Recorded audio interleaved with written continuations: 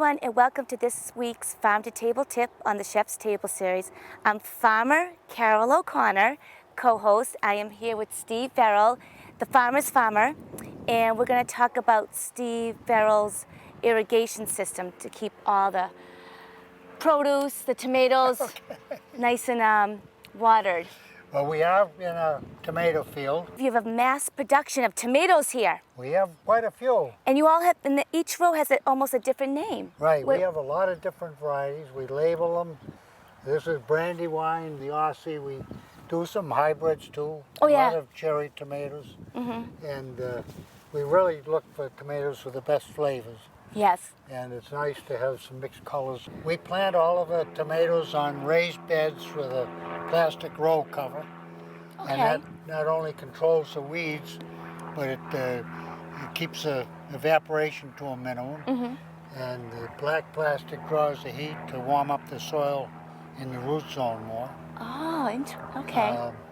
But then we mentioned irrigation. We use mostly drip tubes, which we'll see in a minute, to water underneath the plastic.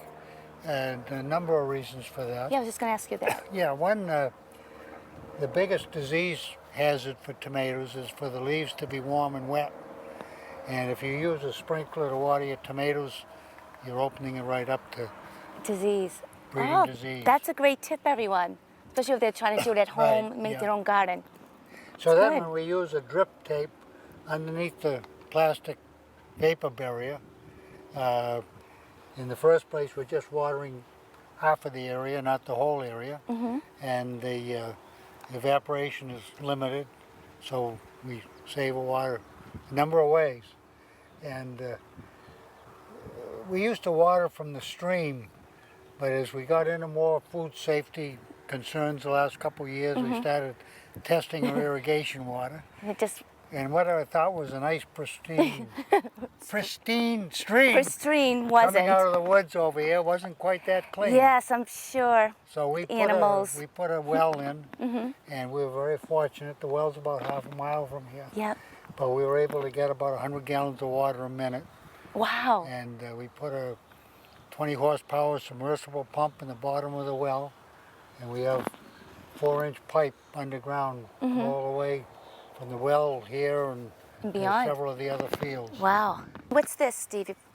Actually, these come in a big roll, and there's a special tool. You poke a hole in, this spur just slides in, then you can just turn the valve on and off. Oh, amazing. It waters every line right down the field. We'll do about half of these tomatoes at one time, one watering. But you can drive over this and step on it. It's pretty Right, it won't doable, right? It won't pop. Even under the dirt, you'd think it was flat, and then you drove over it, wouldn't You wouldn't even open notice up it. when you put water in, but Oh, it does. really? It swells right up again. This pipe has 2 wires that go down to a sensor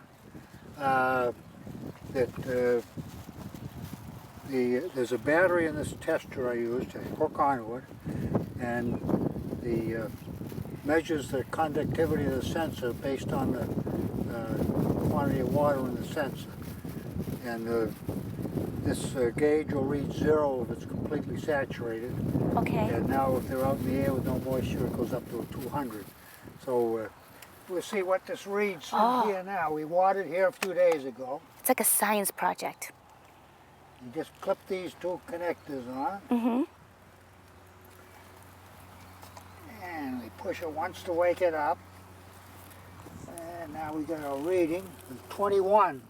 Oh. And that means it's about time for us to water again.